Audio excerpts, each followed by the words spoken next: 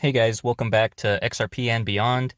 Um, as you can see, there's just a little bit of green happening in the markets, just kind of chugging along still after that crash that we had. From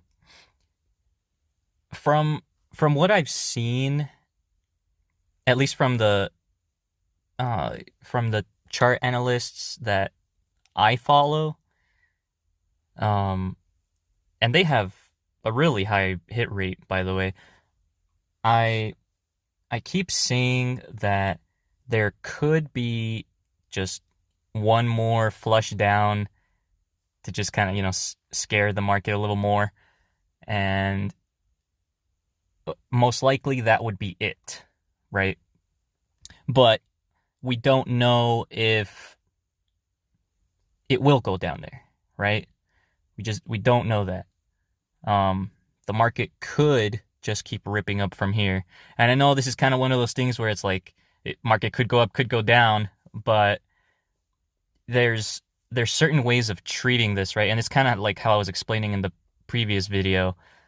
The idea is to just kind of build up your position and then you sell whenever you're ready to sell, right?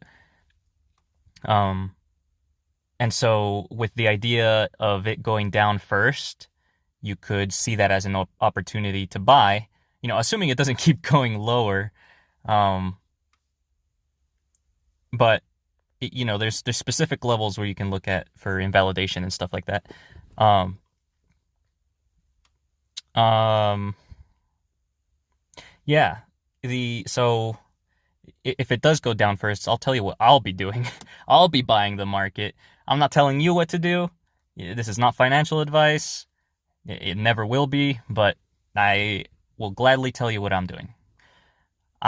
In the case where the market does fall, I will be buying. Period. And then I'll just hold my position. Now, if the market goes up first, I'm already in the market, so I could take some profit. I probably won't until I've actually been incentivized to sell, which for me, I have specific targets for each of my cryptos that I hold. Um, and I have my plan of scaling out. But yeah, that's just how I would treat that. Another thing I wanted to talk about, though, since nothing really is happening um, as of yet, I wanted to talk a little bit more about the escrow that Ripple has, and a little bit more about the decentralization of XRP, right? Because it's one of those things where people spread so much misinformation about this, and they believe that XRP is centralized when it's actually not.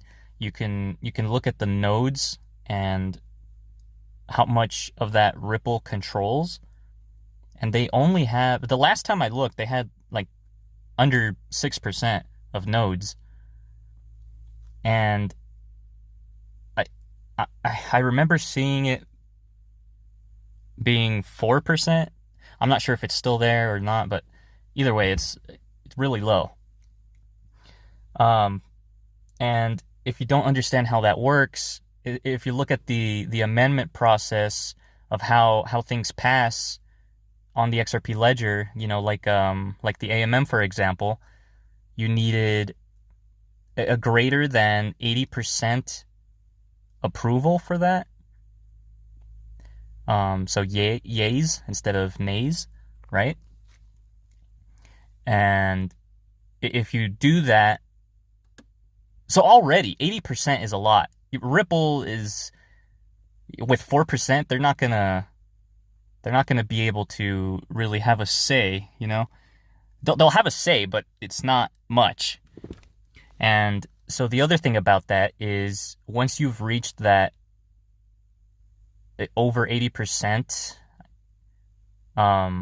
threshold, then you have to maintain that for the next 2 weeks, and then if it stays like that, if it doesn't fall under the 80%, then that amendment will pass.